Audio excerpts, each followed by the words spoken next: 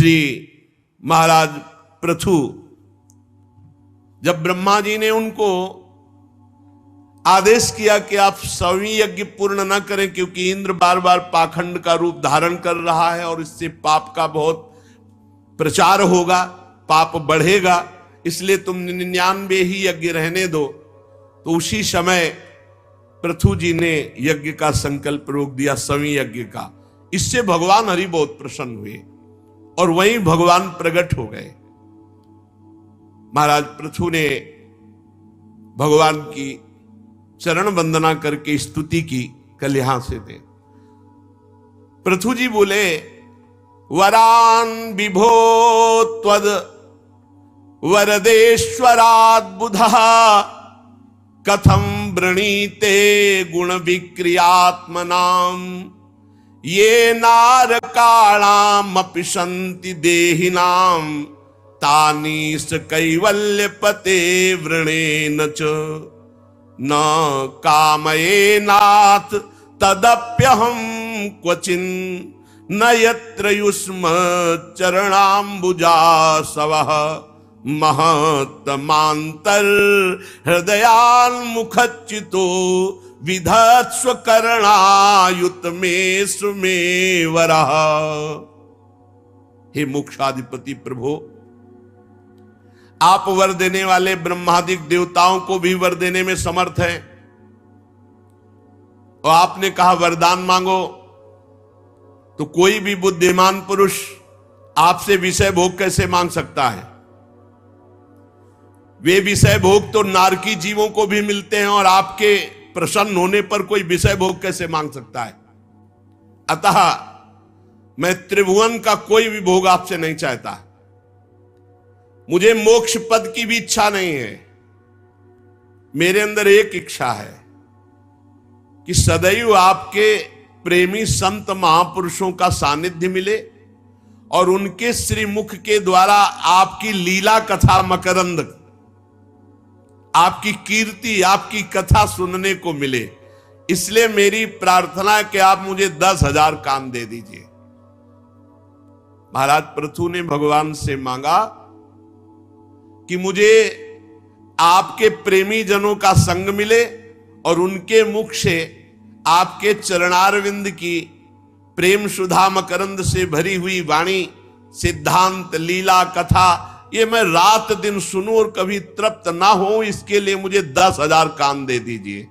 अर्थात मेरे कानों में 10,000 कानों की सुनने की सामर्थ्य दे दीजिए, जिससे मैं आपकी लीला कथा निरंतर सुनता रहूं।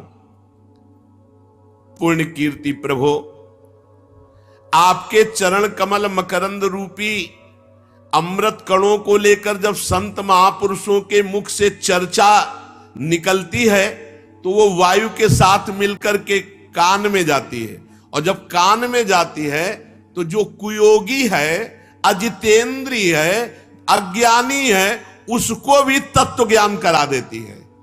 शब्द निकला वायु के साथ जब श्रवणेंद्री में गया और जब हृदय में गया तो हृदय को पवित्र करके, किनके? बोले जो कुयोगी हैं, अजितेंद्री हैं, अज्ञानी हैं, उनको भी तत्व ज्ञान कराने में समर्थ है आपके संतों के मुख से निकली हुई भगवत वार्ता। अतएव हमें किसी दूसरे वर की कोई आवश्यकता नहीं। प्रभु, सत्संग में जब रुचि प्रकट हो जाती है, सत्संग प्राणों से प्यारा लगने लगता है, तो अब उसको फिर और कोई साधन भगवत प्राप्ति के लिए करने की जरूरत नहीं पड़ती। भगवान ने बताया एकादशी स्कंद में, व्रतांसि यज्ञ छंदांसि तीर्था नियमा यमा यथा वरुंधेत सत्संगा सर्वसंगोपहो इमाम। बड़े बड़े व्रत, नियम, तीर्थ याटन, वेदाध्ययन आदि से मैं वश में नहीं हो सकता जैसा मैं सत्संग सुनने से वश में हो जाता हूं। पृथु जी कह रहे हैं कि सत्संग में आपके मंगलमय सुयश को अगर एक बार किसी ने ध्यान देकर सुन लिया तो अगर वो बहुत ही पापी और पशु बुद्धि है तो वो छोड़ देगा, नहीं तो वो फिर सत्संग को पकड़ लेता है और वो छोड़ नहीं पाता। और यही उसे भगवत प्राप्ति करा देता है। सत्संग बड़े भाग्यशाली होते हैं जिनकी रति सत्संग में होती है। और सत्संग एक ऐसा महिमामय है कि रोज अपनी कमियां अपने को सत्संग में पता चलती हैं, रोज कमियां त्याग कर हम भगवान के योग्य हो जाते हैं। प्रभु लक्ष्मी जी को कुछ चाहिए नहीं, पर वो आपका सुयश सुनती रहती हैं। और लक्ष्मी जी के समान मैं भी आपका सुयश सुनना चाहता हूं, आपकी सेवा चाहता हूं। तो ऐसा तो नहीं होगा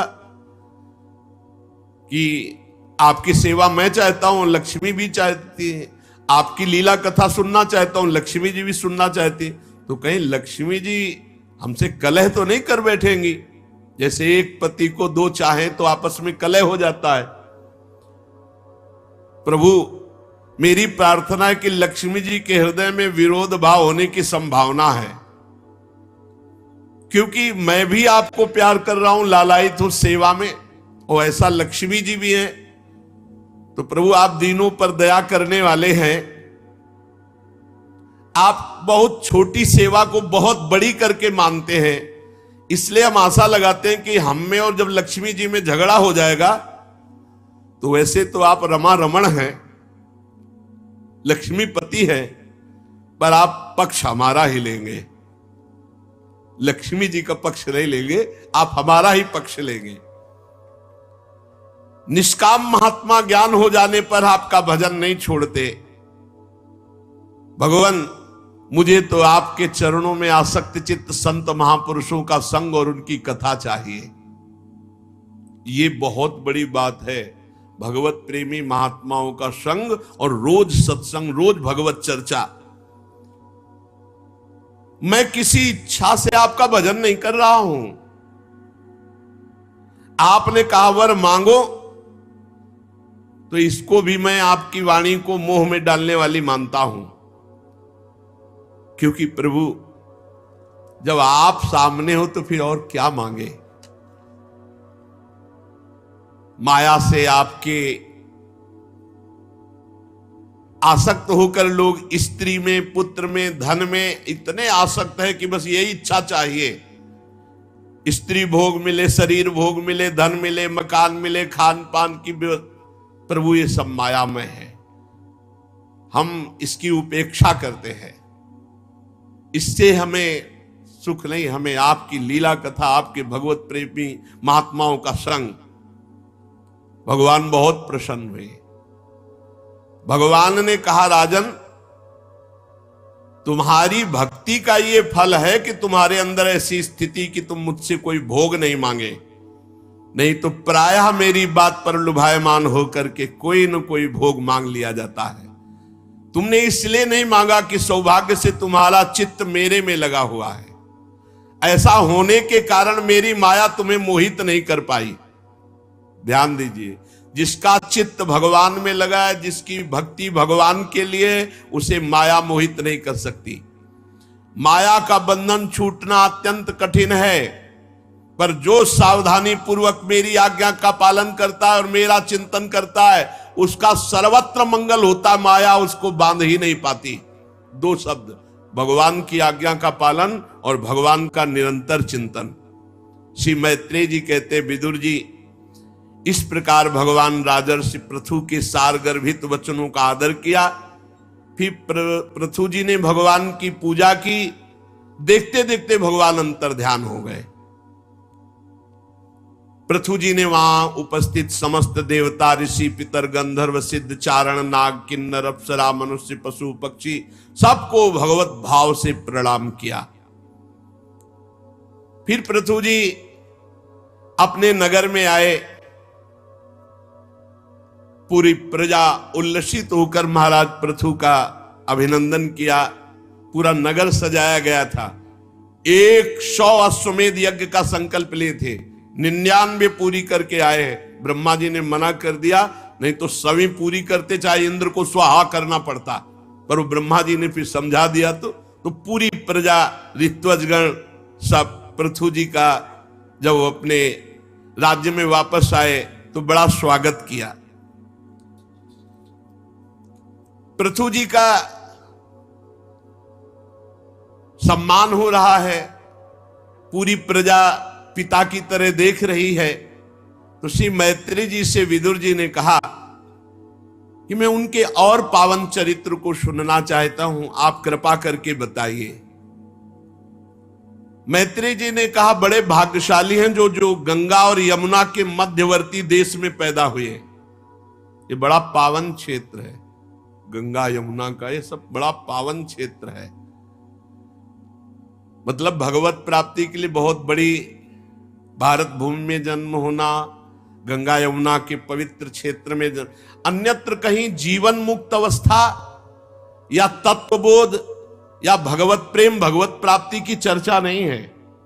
बस वही नरक स्वर्ग की बातें हैं। परम पद भगवत प्राप्ति तत्व ज्ञान प्रेम, ये तो सब भारत में ही ब्रह्म ऋषियों के द्वारा जो अनुभव किया गया। बाहर अगर कहीं किंचन मात्र है तो भारत के किसी ब्रह्म ऋषि के द्वारा। यमुना और गंगा के मध्यवर्ती क्षेत्र में जन्म होना बहुत बड़े तप का फल है, जो भगवान के भक्तों को और ब्रह्म ऋषियों को सदैव सम्मान देता रहता है और अपने प्रारब्ध भोग को क्षय करता रहता है। तो यहां स्वाभाविक भगवत प्राप्ति हो जाती है। ऐसा पावन देश है, पावन क्षेत्र है कि अगर भक्तों का संग मिलता रहे, ब्रह्म ऋषियों का आदर करते रहे और अपने प्रारब्ध भोग को सह ले, सुख दुख जो संपत्ति विपत्ति आवे फूले ना भूले ना, तो इस धीरे धीरे भगवत प्राप्ति की योग्य बना देती है।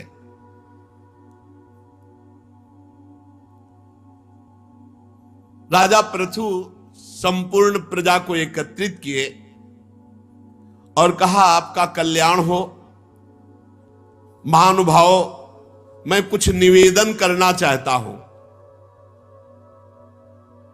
आप हमारी प्रिय प्रजाजन हैं, हमारा उद्देश्य है आपको परमानंद की प्राप्ति कराना, केवल कर लेना या राजभोग भोगना नहीं है। हम अपनी समस्त प्रजा से विनय करते हैं कि आप लोग बहुत सुंदर उपदेश कर रहे हैं, पर दोष दर्शन छोड़ दीजिए और हृदय में भगवान का सुमिरन करते हुए अपने कर्तव्य का पालन कीजिए। घर घर में नाम कीर्तन, घर घर में ठाकुर सेवा, घर घर में भगवत चर्चा, ये मेरे ऊपर बड़ा अनुग्रह होगा, ये मैं विनय कर रहा हूं, मेरी बात मान लो। अर्थात आप हम पर बड़ी कृपा करेंगे यदि सब नाम कीर्तन अपने घरों में करेंगे, भगवत चर्चा सुनेंगे, किसी से कभी भी दोष दर्शन वाली ना वार्ता करे ना दोष दर्शन करे, ये बहुत भजन की हानि कर देती है। महाराज पृथु पहला उपदेश क्या दे रहे प्रजा को, हे प्रजाजनों, आप लोग पर दोष दर्शन छोड़ दीजिए, दूसरों पर दोष दृष्टि करना छोड़ दीजिए। ये मैं अनुग्रह करता हूं, मेरे ऊपर अनुग्रह करोगे जो मैं कह रहा हूं यदि करोगे। जो भजन करता है, दूसरों के दोष दर्शन करता है, दूसरों की निंदा करता है, कोई उन्नति नहीं होगी उसकी। पूज्यपाद दुड़िया बाबा जी महाराज, पर दोष दर्शन, पर दोष निंदा वर्णन करना और श्रवण करना, तीनों का परमार्थ नष्ट हो जाता है। पहला उपदेश किया प्रजाजन से कि आप परस्पर दोष दृष्टि का त्याग कीजिए, तभी भजन होगा। पर दोष दर्शन, दोष दर्शन का अधिकार गुरु को, पिता को, उपदेष्टा को है। जैसे गुरु अपने शिष्य का दोष दर्शन करेगा निवारण के लिए, जैसे उपदेष्टा समाज का दोष दर्शन करेगा निवारण के लिए, जैसे स्कूल में अध्यापक अपने विद्यार्थियों के दोष दर्शन कर सकता है उसका निवारण करने के लिए, माता पिता अपने पुत्र के दोष दर्शन कर सकते हैं निवारण करने के लिए, अन्यथा नहीं। अगर आप अपने मित्र का दोष दर्शन किए हैं तो सिर्फ उसी से एकांत में कहिए, एकांत में, ए भाई हमने देखा कि आप ऐसा गलत है तो आप सुधार कर ले। अगर दूसरे से कहते तो निंदा हो जाएगी, दोष दर्शन वो आप पे ऊपर हावी हो जाएगा। अगर आप बहुत प्रिय मित्र है और कोई गलत किया है तो उसे एकांत में आप उसी से कहिए, दूसरे से नहीं। दूसरे से कहा तो निंदा हो जाएगी, वो आपके साधना में बाधा पहुंचा देगी। पृथु जी महाराज कह रहे सबसे पहले दूसरों पर दोष दृष्टि त्याग कर हृदय से भगवान का स्मरण करते हुए अपने कर्तव्य का पालन करो, ये मुझ पर बड़ी अनुग्रह होगी और इसी से भगवत प्राप्ति हो जाएगी। बिल्कुल सरल उपाय, किसी की निंदा नहीं करना, निरंतर भजन करना, अपने कर्तव्य का पालन करना।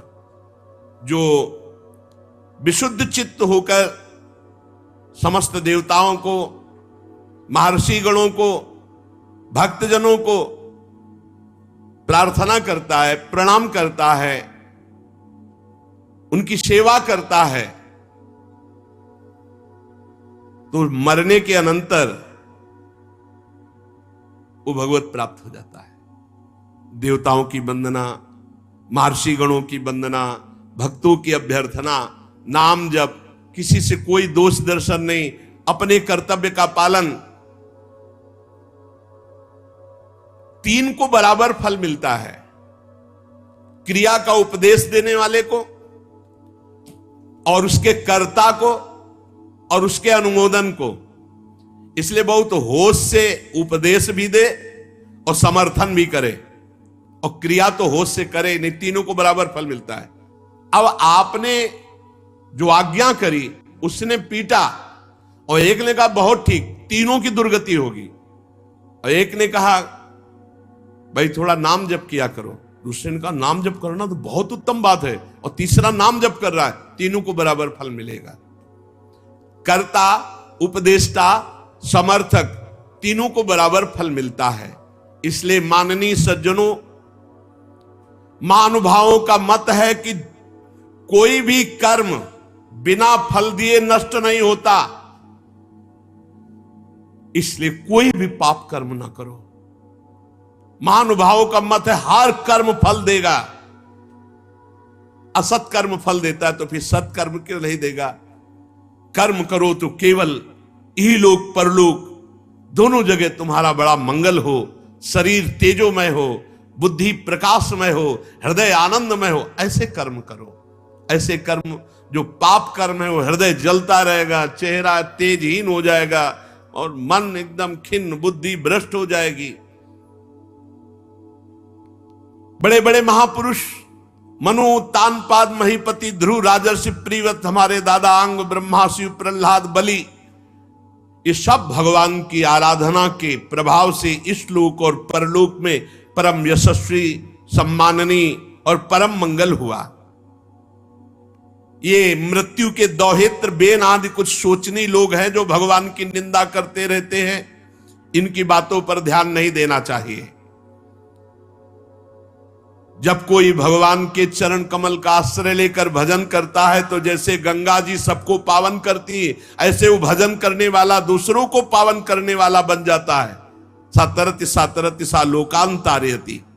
जो भगवान का नाम जप करते, जन्म जन्म के मन में जमा पाप नष्ट होने लगते हैं। जो भगवान का आश्रय लेकर वैराग्य से युक्त होकर भजन करते हैं, उन्हें बहुत जल्दी तत्व ज्ञान हो जाता है। वैराग्य से युक्त होकर उनको इस संसार चक्र में नहीं आना पड़ता।